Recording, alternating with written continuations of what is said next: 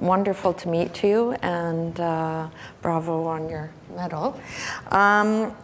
So I guess the question is, what made you go into humanitarian aid in the first place, to go into this work that you're doing?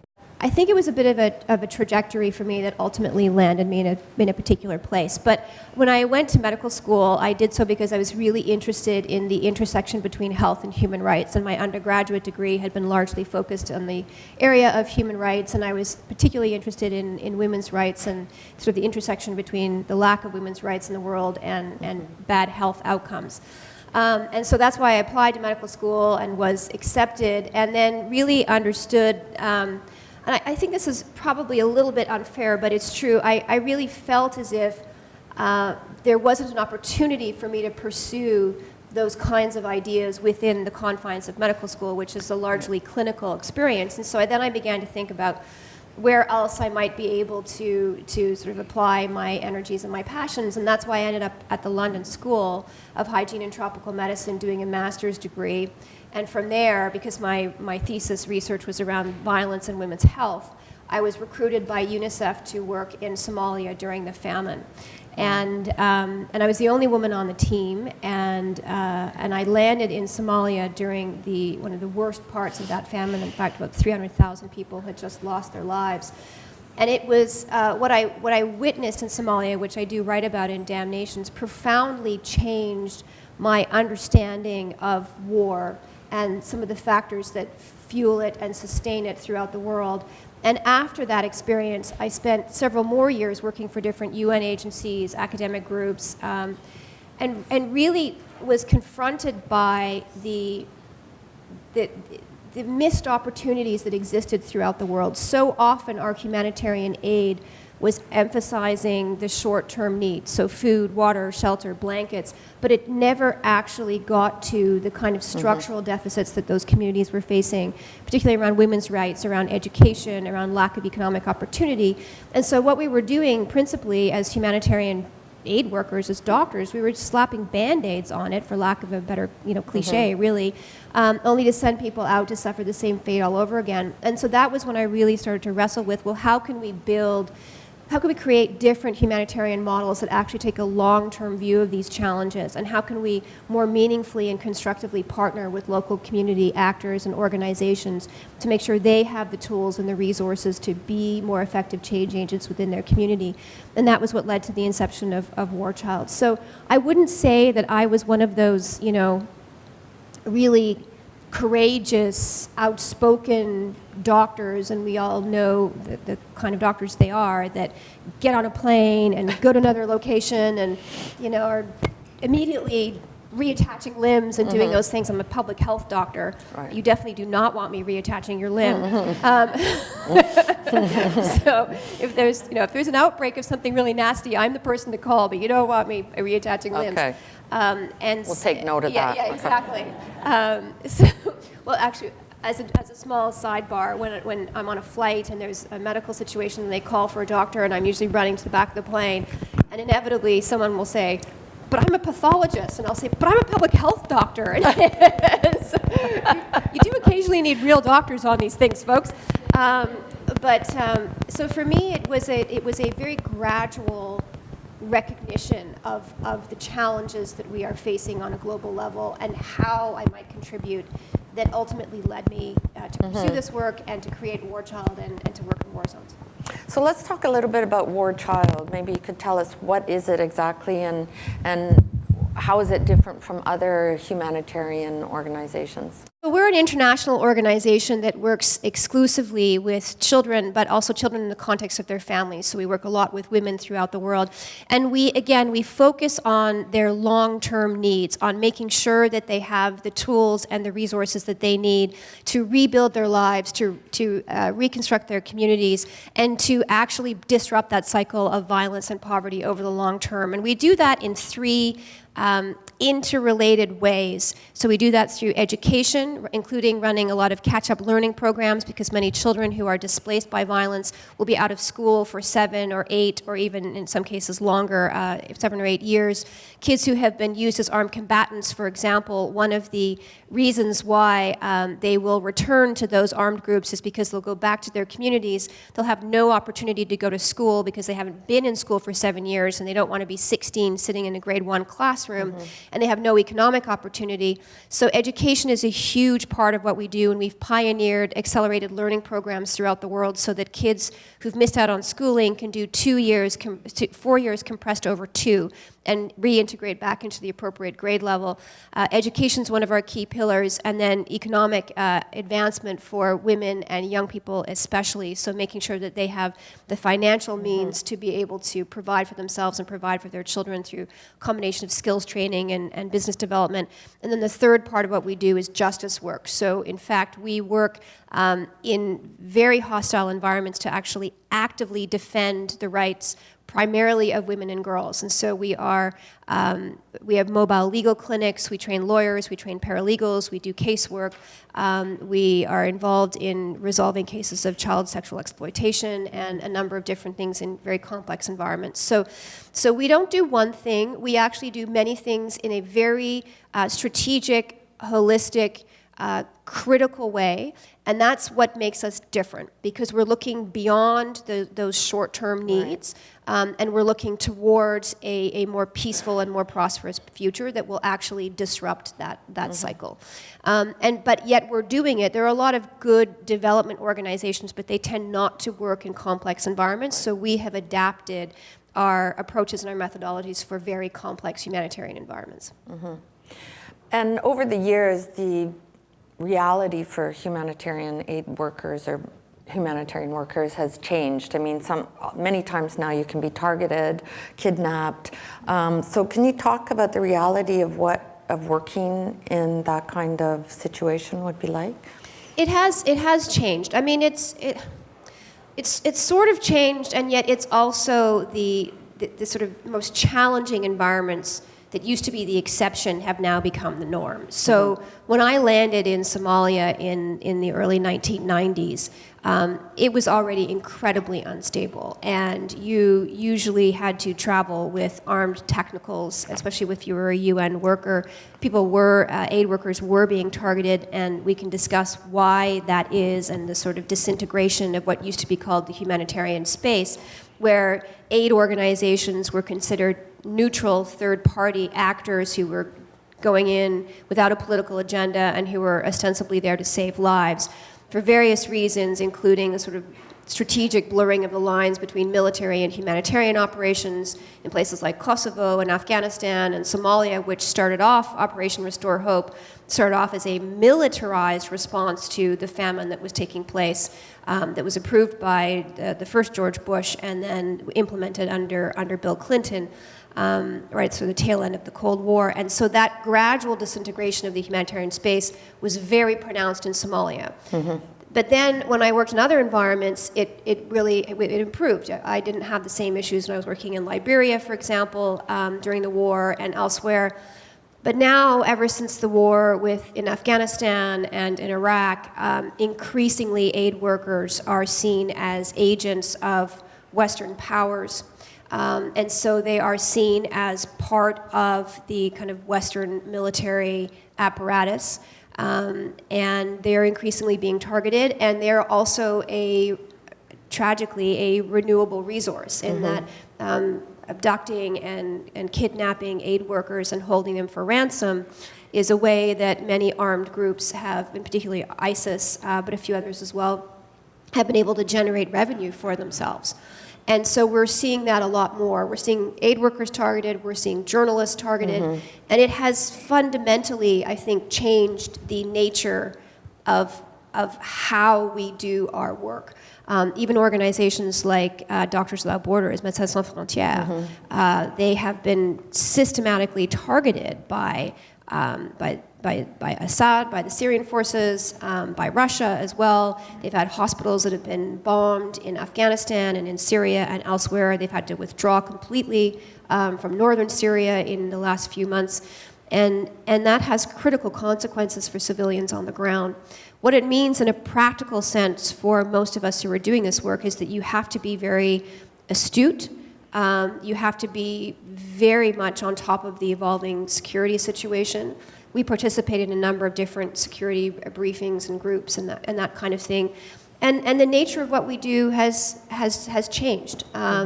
For us, in any event, though, we have always worked with local partner organizations and our local staff and teams. We rely on them. They have very good intelligence around where people can go, what they can do, and they're the ones that are leading that process. So it's very complicated, and people are dying as a result, unfortunately. So that's what's happening in war-torn countries and so on. You were saying something like 22 different wars are happening right now. To the average Canadian or North American, it's like overwhelming to think about that. And I think a lot of people feel helpless in the face of that. Like, what can we do? So how do you get people to care? Like, how do you convince them that we need to care? It's hard. Yeah. Fundraising is the hardest part of my job, without question. And it's a complicated question to answer, because I think that so often we presume that conflicts are happening in other parts of the world, and unless we've had direct experience with that, it doesn't implicate us in any fashion. And also from the point of view of giving, a lot of us prefer or believe that if we give locally, that it is more effective and more transparent. And a lot of those are misconceptions, frankly, and I'll deal with both of them separately. The first misconception, that war is happening over there and doesn't implicate us here, really, and so what can we do about it, is categorically untrue. And I'll give you two very critical examples of this. We all exploit resources, and in particular coltan, which is a conducting element, that is found in all of our cell phones, our computers, our iPhones, our iPads, and our video game consoles that we readily dispose of on this side of the world. Those mineral resources are readily exploited in the eastern Congo, which has been at war for more than 17 years, in which 5 million people have lost their lives. It is considered the worst war in terms of the numbers of civilians killed since World War II. And just on the coltan issue, the Congo contains roughly 60 to 80% of the world's coltan. And it's been readily smuggled across borders and sold in exchange for cash, in exchange for weapons, and fueling that conflict. So there's a very good example of how, in fact, we all have a piece, more than likely, of the Congolese war in our pockets just at this moment in time. So for us to say that we're not implicated or it doesn't concern us is quite misguided. And the second example that I would give is that if you look at if you look at the countries at war, and you look at where most of the weapons that are being sold in the world, in particular small arms, and a lot of what we confront are civilians who have been displaced or who have been abused, assaulted, in some cases killed, mostly at the hands of young men who are armed with automatic rifles. And if you look at where those arms are originating from, I mean, even Canada, we're among the world's top 20 small arms exporters. All of us in this room right now, the Canadian Pension Plan Investment Board, we have more than $1 billion currently invested in the world's top 100 arms manufacturers. So again, there's an example of some of the ways in which we routinely, indiscriminately, unthinkingly profit from the enterprise of war. And so to presume that it doesn't concern us, I think is not only wrong, but it's quite hypocritical, and other people in other parts of the world understand that. So that's the first part of it. And the second part of it is around the issue of sort of transparency and accountability. If you're giving to a reputable international humanitarian organization, we're all involved in monitoring and evaluation, in auditing where our donor dollars are going. And we are just as accountable as any local organization involved in similar work and subjected to the same degree of CRA, Canada Revenue Agency, rigor and accountability. And so there's no reason to presume that your dollars won't be just as well managed. What I would say about that, however, is that the kinds of issues that we deal with take time. And the kinds of the ways in which we actually support communities and empower women and children, it's not something that is a one-off. You don't do it once and then walk away and say, oh, that child is educated. We all know, and we're in an educational institution here, that education is an ongoing process, and it's something that you pay for, then you keep paying, and it takes a period of time. So if you want to maximize your contribution, you are far better giving to whatever charity you choose, giving a small amount of money, or a big amount of money if you're so inclined, on a regular basis, for example, as a monthly donor, than you are writing a check once and walking away and then asking yourselves why things don't get better in places like, Haiti. Because when organizations can actually rely on a steady pool of donors who believe in them, then they're not so driven by the kind of reactionary stuff that might be in the news, and then they can do something for a short period of time, and then they're out of funds, or, which tends to happen in my sector, disproportionately there's a crisis, and a few select organizations, frankly, bring in more donations than they can actually realistically spend on that particular issue, right? Or at least the acute phase of that issue, and then they're not equipped to deal with the next phase, and that's when we come in and we're rubbing two sticks together to make it happen. So which again, is what happened after the earthquake in Haiti, for example. It's exactly what happened after the earthquake in Haiti. It's exactly what happened after the tsunami. And so we need to be, I think, all of us, a bit more critical around what we give to and why, and be asking different questions. And has there been an impact on either your organization or other humanitarian movements with the rise in anti-immigrant sentiment that you were talking about earlier in your speech? Are people saying, we shouldn't be helping people in other countries, we should be helping people here? I mean, obviously, it's kind of hypocritical or ironic that, in fact, the immigrants or the refugees are caused by these wars that we're unwilling to stop. So does that have an impact on War Canada if there's if people are against immigrants?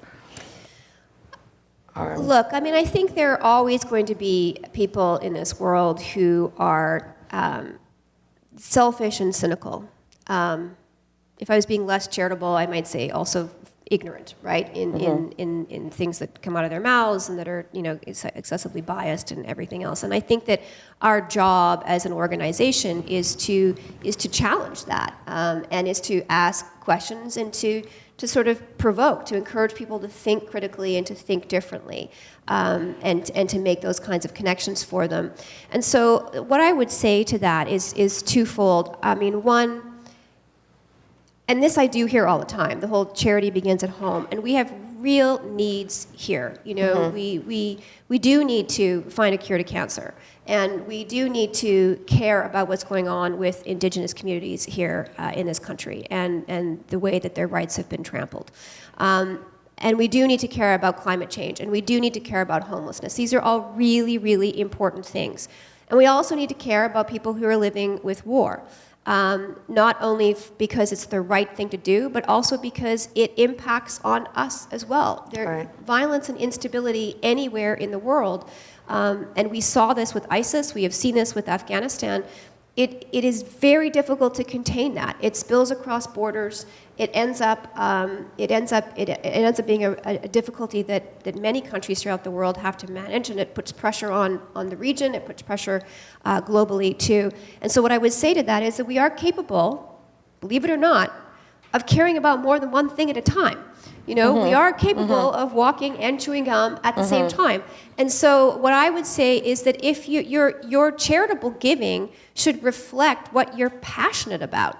And so it should be a portfolio of causes that you are really that you really care about, that things that you would like to see changed and fixed, which means that you don't have to be all in with one particular issue.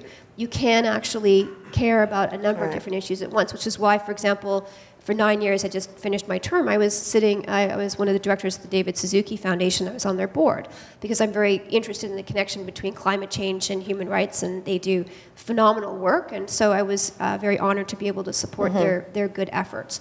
And then on the issue of immigration and refugees, one of the things that I also try to convey when I'm speaking to people is that we're dealing with the issue on the ground locally. And as wonderful and generous as Canada has been in bringing more than 30,000 Syrian refugees to this country, there are millions upon millions more who have been displaced by that violence, who are living within the region, who are now, for example, out of Jordan, being forced to return home under the auspices of the same government that they fled, the same government that they stood in opposition to. They are afraid for their lives. The husbands in the family are being arrested. The male children are being forced to fight on the front lines in what are basically suicide missions.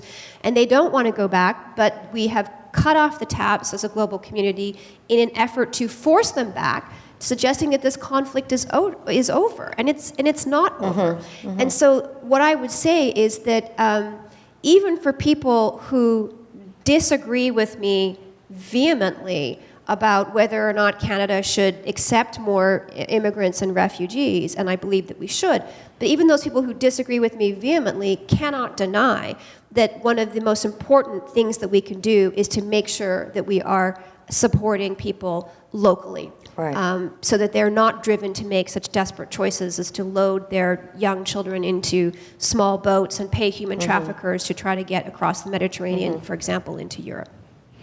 I wanted to talk a little bit about what it's like to be a woman in this position and to do this kind of work. Does it play a role? Is it easier, harder than your male counterparts? It's different. Okay. It's different, what I would say. I mean, sometimes it's definitely harder. You know, if we're on a road trip and I have to go to the bathroom in Afghanistan, yes, I'll give you that. We're on a road. You can't absolutely. just go strolling into the bushes like men do, right? Like it's a bit of a thing. So sometimes, there are some very practical things that go on that you're like, oh, it would be a lot easier to be a guy right now. But 80% of people, for example, who have been displaced by war, 80% of the world's refugees are women and children. Yes. And being a woman in that environment has actually given me extraordinary access to them and to their stories and to their experiences, and has enabled me and I think our organization to create programs that if we had been, a bunch of muscular dudes from Canada going in trying to do this, it would simply not have been possible. At the same time, it comes with risks, and it's certainly, for me, there have been many times when I've been threatened with sexual violence in particular, and it's something that you have to be very aware of. It's not easy. Sometimes you're operating in very patriarchal environments that you then have to navigate. But that's true anywhere. I mean, even when I've done stuff, for example, on CBC News, and and then you get trolled, and people are sending you all kinds of stuff online, and it's like you look at your Twitter feed, and it's like rape threats and death threats and requests for sexual favors. It's like another day in paradise. But that's like being a politician, a woman like politician. Yeah, it's very right? similar. It is like being a politician, and so these are the things that we learn, that we navigate. I don't accept them, but I do have to navigate them. But I think it's also part of life as a woman anywhere in the world. It is, also, and right? I always keep in mind Sadly. as well when I'm sitting around thinking, "Gosh, this is terrible." I mean, Afghanistan. When I work in Afghanistan, we have fantastic program in Afghanistan, including our Access to Justice work. We're a registered law firm. We're working in the prisons with women and girls who have been accused of moral crimes. And you can imagine how easy it is to be accused of a moral crime in Afghanistan. It includes things like refusing to marry your rapist, which is one of the ways in which that kind of crime is resolved in the sort of traditional communities, or dressing or behaving inappropriately as a woman. And when I'm in Afghanistan, I find it really tough, you know. Yeah. You have to cover, and you get the full thing on, and you can't expose your ankles, and it's this, you know, you're constantly checking yourself all the time, lest you sort of incite some kind of riot, right? Literally, this is what you think about, because you showed part of your body off, and you want to be, you know, culturally sensitive and appropriate. And when I find myself kind of self-pitying a bit in these sort of situations, I just really remember or tune into the fact that it is what I experience is nothing compared to what women living in those environments are experiencing every single day. You get over yourself pretty quickly. You know? Well, I think we're running out of time, so I just want to ask one last question, or maybe you could tell people, I'm sure people in the room are thinking, are feeling quite helpless, first of all, but also what can ordinary people do to help your work and to help Warchild? Well, thank you for that thoughtful question. Yeah. One of the most effective ways that you can help any humanitarian organization, including our own, is to donate. There's no question that that is one of the most significant things that you can do, is to become a supporter, to have a relationship with an organization, to learn more about them, and to participate in things that they may be doing anywhere in the world would be fantastic in terms of just supporting those activities. So that's number one. But number two, I think that I would presume this is a fairly select audience. If you're interested in a peace medal, if you came out to hear some nut go on about war, right? Nut. I got all the jokes. But I'm bummed. You know, I think it's incumbent upon all of us in terms of what we can do to, and I mentioned this at the very beginning, to channel a different ethos, right? We are up against some fairly hardline forces, and they are loud, and they are obnoxious. One of them sitting in the White House. That's my only political joke I'm going to say. Yeah. And I think that if we don't defy that, then they will prevail. Yeah. And so on that, the more that you can read and write and speak and participate, and frankly just show up for people who are trying to promote a different vision of humankind and to support that reality. I think that's an extraordinary contribution, because I fear sometimes that we're being drowned out, and especially in this era of kind of clickbait, the easiest thing is always to do nothing or to recoil. And I think that when that happens, we allow those very dangerous forces to drive and shape the agenda. And I think that that's going to have potentially terrible consequences for all of us. Well, thank you very much for that. I mean, we could talk all night, basically. I have a million more questions, but I've been told I have to stop. So, but thank you so much. It was a real honor to meet you. And thank you very much.